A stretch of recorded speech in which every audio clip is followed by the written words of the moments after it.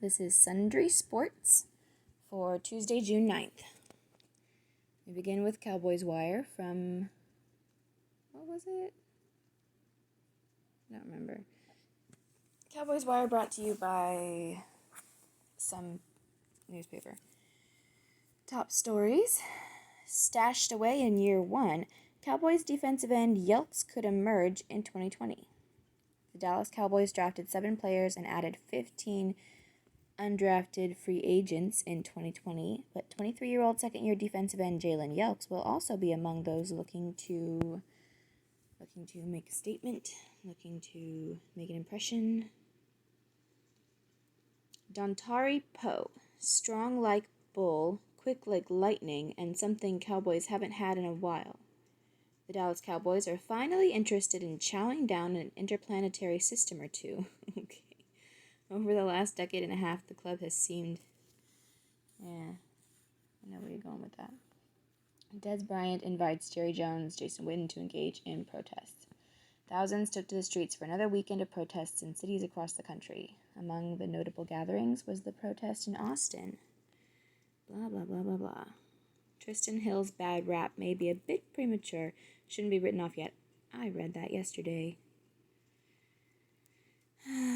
Stream SiriusXM and never miss a moment. First 4 months for free. Subscribe now. More headlines.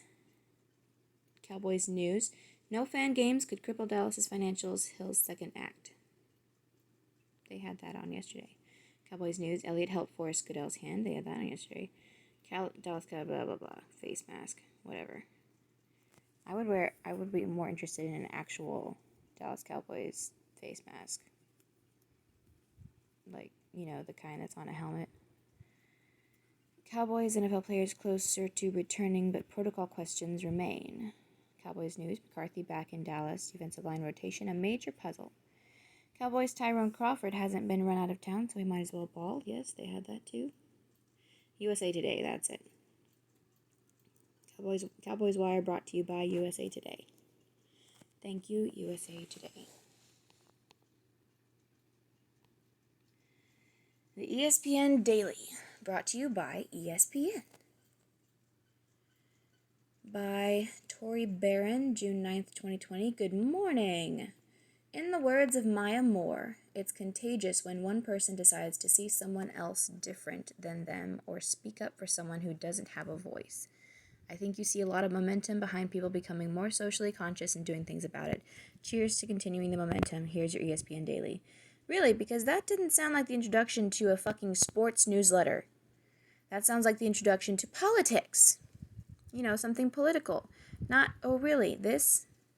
Where do the NFL's peaceful protests go from here? On Friday, NFL Commissioner Roger Goodell apologized for not listening to players' concerns about police brutality and systemic racism and for denying their right to protest these issues. Unmentioned during Goodell's apology was Colin Kaepernick, the former San Francisco 49ers quarterback, whose protests during the national anthem in 2016 brought attention to issues of racial injustice, but also created a backlash from those who believed he was disrespecting the flag and the military. Kaepernick has remained unsigned since the 2016 season, leading many to believe that he has been effectively exiled from the league. Flash forward to 2020. Protests around the world echo Kaepernick's message, and many NFL players want their voices heard. Could we see players kneel during the anthem this season? If they do, will they be met with a different reaction than Kaepernick was 4 years ago? On today's episode of the ESPN Daily Podcast, ESPN's Dominique Foxworth reflects on the new balance of power among players. Always talking about the balance of power.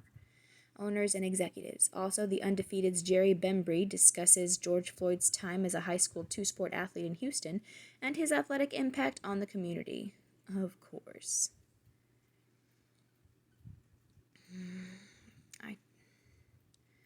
Things to care about, really?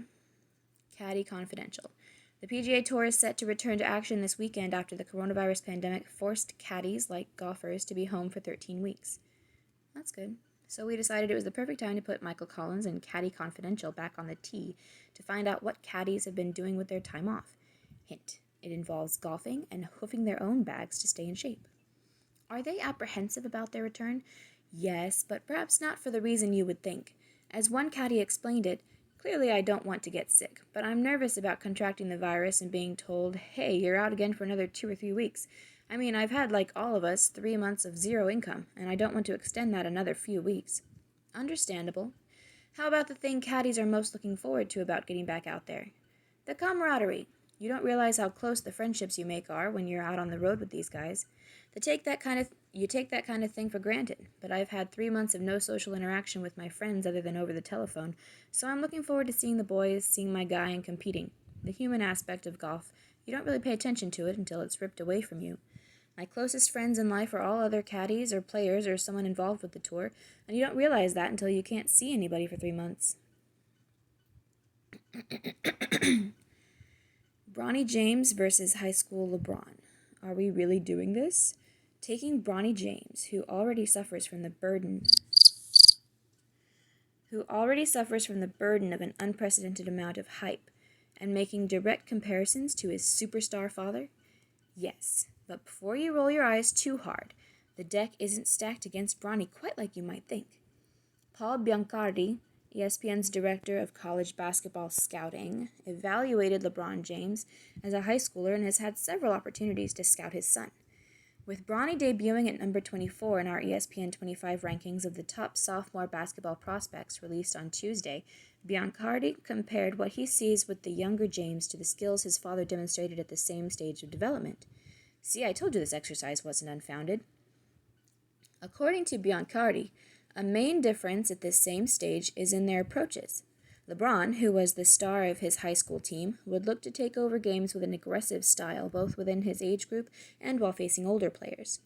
Bronny, who was surrounded by older, top-level talent this season, deferred more, which was smart. This will naturally change as he gets older. When Bronny plays his age group, he is more aggressive, scores with variety, and you can feel his presence as one of the best players on the court. Biancardi said. He also pointed out that when it comes to shooting the ball from the outside, Bronny's jumper is ahead of where his dad's was. Neither shot could be described as pure, but Bronny has slightly better range and accuracy than LeBron did at this stage. So what should the heir to the throne be working on to elevate his game even further? Shooting, ball handling, especially under pressure, and finishing, Biancardi's overall consensus.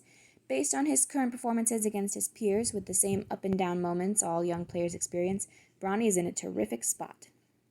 If only the scouting report between my freshman and sophomore seasons could have been so kind. The power of Patrick Mahomes. Here we go again. Last week, more than a dozen black NFL stars released a powerful video in which they asked the league to admit that it erred in its response to peaceful NFL player protests of police brutality and systemic oppression. Systemic. They just love that word. Condemn racism and affirm that Black Lives Matter. Oh my God.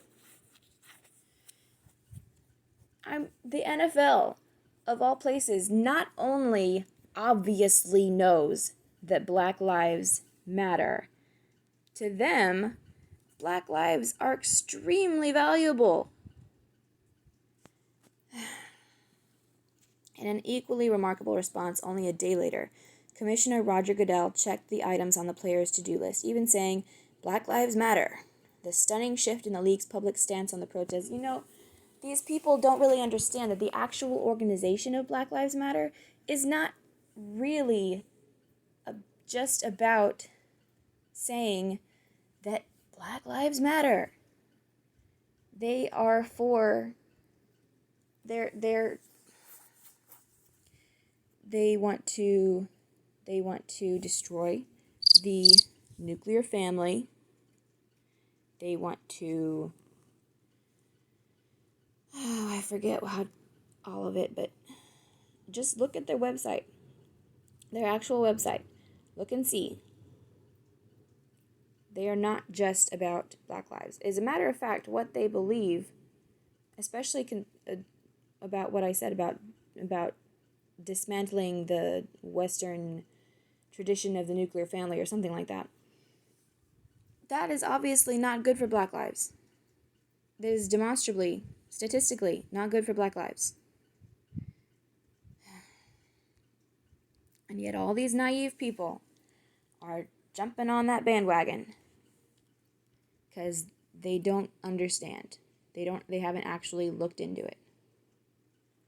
They just hear Black Lives Matter and they're like, oh yeah, I agree with that. The stunning shift in the league's public stance on the protests occurred because some of its black stars, and especially black quarterbacks, drew a line in the sand. As several league officials told the Undefeated, the importance, so you can't control your players is what you're saying. You can't control your employees. These uppity, arrogant employees are trying to control you, and you're letting them. As several league officials told the Undefeated, the importance of Mahomes' involvement in the video can't be overstated. He is not only the game's top black star, he is also the face of the NFL. And that's so insulting to have to qualify it with his color. I don't understand how people are not insulted by this. Nobody calls Tom Brady the league's top white star. As a matter of fact, it's more racist to qualify Patrick Mahomes by being the top black star because that excludes him from being the top star. Everybody says Tom Brady is the best player in the NFL. Not everybody, but that's like the general consensus is that Tom Brady is the best player in the NFL. I'm not sure that if you actually tried to compare Patrick Mahomes and Tom Brady, some people might actually decide that Patrick Mahomes is better. But he's just the top black star. He's not the top star. It's not necessary. It's not necessary to do that to people. And it is doing something to them when you insist, when you persistently have to qualify all of their accomplishments with their color. That's fucked up. It's stupid. He is also the face of the NFL. At only 24 years old, the youngest player to have a Super Bowl championship, League MVP award, and Super Bowl MVP award, used his status to take a stand despite the risks. Oh, what risks? There are absolutely no risks right now. Not the way society is going. The risk is not saying anything, or heaven forbid, saying anything opposite, or even in the slightest bit of opposition. That's where the risk is. You people.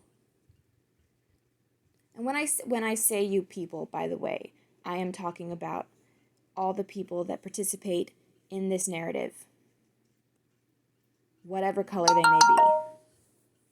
This is just... That's not where the risk is. That's just the stupidest thing. Kid runs on the court to hug Milo. I don't know basketball. I don't know that name. This video might be old, but it still tugs on my heartstrings. Never forget that time a young fan ran on the court in New Orleans, Louisiana, to hug Carmelo Anthony. Okay, Melo. When the Knicks were playing the Pelicans. While others seemed shook, Anthony acknowledged the kid before he ran back off into the stands. Yep, Melo's a real one for this. Okie dokie. Overheard. His philosophy was one of self-actualization. Don't accept that you are this stereotype image that is cast upon you by others. Find what is worthwhile about yourself and express it. Bruce Lee's wife, Linda Lee Cadwell, on her late husband's mindset. So if you're Asian, then it's super cool to not conform to whatever stereotype people are putting you in. But if you're black, you just have to be black.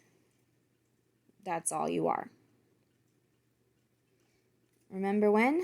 On this date, 21 years ago, Bobby Valentine provided one of the most memorable moments in the colorful 57-year history of the New York Mets. After getting ejected in the 12th inning of an eventual 14-inning win, The beleaguered manager returned to the dugout rocking a disguise of sunglasses and a fake mustache made of eye black. I see. Random fun fact. Valentine's alter ego wasn't the only person of note in the clubhouse that night. Pitcher Pat Mahomes' nearly 4-year-old son Patrick, who grew up to play a little football with the Kansas City Chiefs, was also present. You really can't make this stuff up. Cute. Until next time, remember. Yesterday, as I listened to Tupac Shakur's 1998 song Changes during my workout, I was embarrassed that it was the first time the meaning behind his words really hit me. I got love for my brother, but we can never go nowhere unless we share with each other. We gotta start making changes. Learn to see me as a brother instead of two distant strangers. Tupac's call for a paradigm shift in how we view one another is as pertinent today as it was then. This has been your ESPN Daily for Tuesday, June 9th, 2020.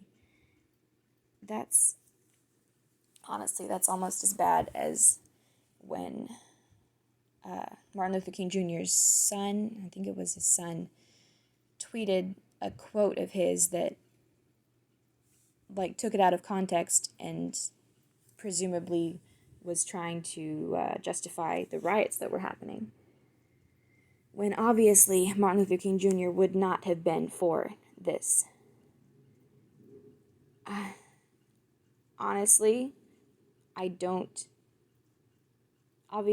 know Tupac, but I seriously doubt that he would be okay with this, at least not at the time that he was living.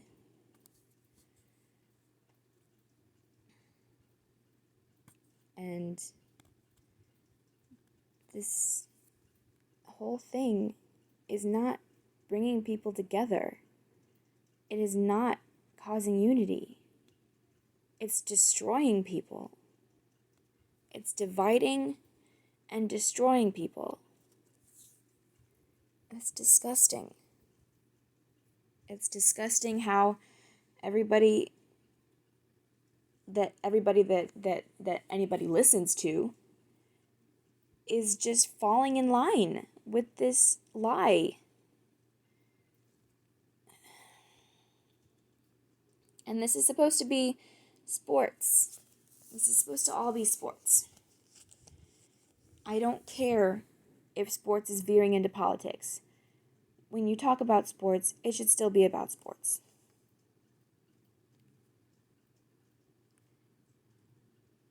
You're just bored because there's not much sports to talk about because of the stupid coronavirus panic.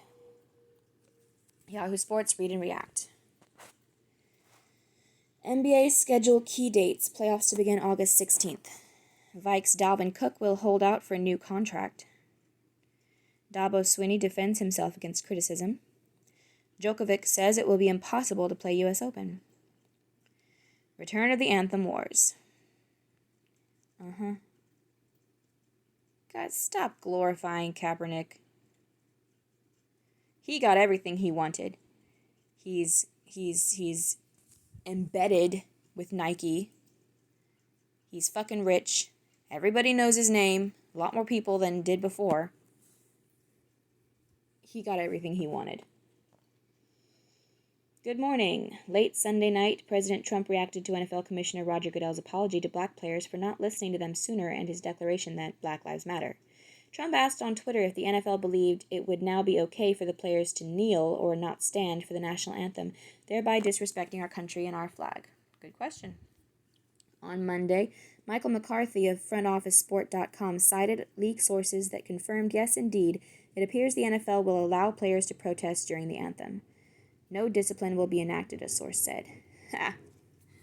That is the most accurate quote anybody has said about any of this shit. No discipline will be enacted. That's exactly right. That is exactly what's happening, and you fucking act like it's a good thing. So the anthem wars of 2016 and 2017 appear to be back. These are different times than just a few years ago.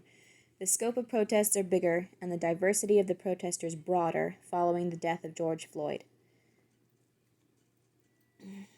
Colin Kaepernick found limited support, even among teammates, when he started kneeling in 2016. Now, though, it would be surprising if kneeling didn't find widespread participation, including a significant number of white people. Ooh, the white people. The NFL, which is always focused on the bottom line, is likely reading the trends here. New Orleans quarterback Drew Brees opposed protesting for 4 years, only to flip his position last week after listening to backlash over his opinion. Yeah, he really didn't have much of a choice now, did he? Although, like I said yesterday, when you say something, it's better to just stick to your guns, because whoever you made mad by what you said, they're still going to be mad if you apologize. And whoever agreed with what you said are now going to be mad that you've apologized. So that's not the way you win. There's really no winning in this situation, but that's the wrong course of action. Also, the NFL, which is always focused on the bottom line, is likely reading the trends here. The trends you're seeing are still minorities. They're not your fans. They're not the people who are going to decide if they will continue to watch football or if they will boycott it because they don't agree with what you're doing. The trends you're seeing aren't actually the important ones to your bottom line. So if that is what the NFL wants to focus on, then they are not doing it right. I realize this is not an issue about the American flag, Brees wrote. It has never been. Except for the fact that I'm pretty sure Kaepernick even said something like about how the flag represents whatever racistness the country has. Racistness. Yeah. Very well spoken. Here's guessing Trump won't have a similar change of heart. This is a wedge issue he used quite effectively in the past, and he appears more than ready for a rematch. He will have plenty of support, too. There are almost assuredly enough people who will go cancel culture on the NFL to once again cause television ratings to dip. Oh, because the ones against the protests are the same ones who do the whole cancel culture thing. That's our thing, huh? That's our thing? Really? The NFL is reportedly willing to take that hit, likely assuming whatever short-term hit its business takes will be made up for over the ensuing decades with this position. Either way, get ready for a new old fight in the fall. Fun, fun, fun, fun, fun. College POD? What okay... Is it pod? College pod? What okay Oklahoma State. What Oklahoma State getting slammed means for everyone else. Aioli, inside the COVID bubble. What it was like at UFC 250. Oz, breaking down how MLB's latest salary proposal compares. I'm so over this whole MLB thing. NASCAR's easy, right? It's easy being a race car driver, you say? You only have to make left turns? Yeah, take a look at Jimmy Johnson's vitals during a race on Sunday.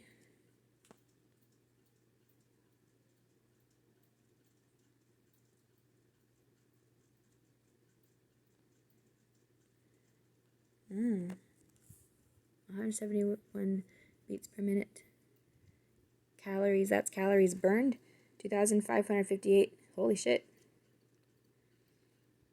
Follow Yahoo Sports on social. Or, don't. Whatever. Okay, if anybody watches this and you have found value, any tiny, small modicum of value, then I invite you to subscribe. I do this every day, no matter how mad it makes me.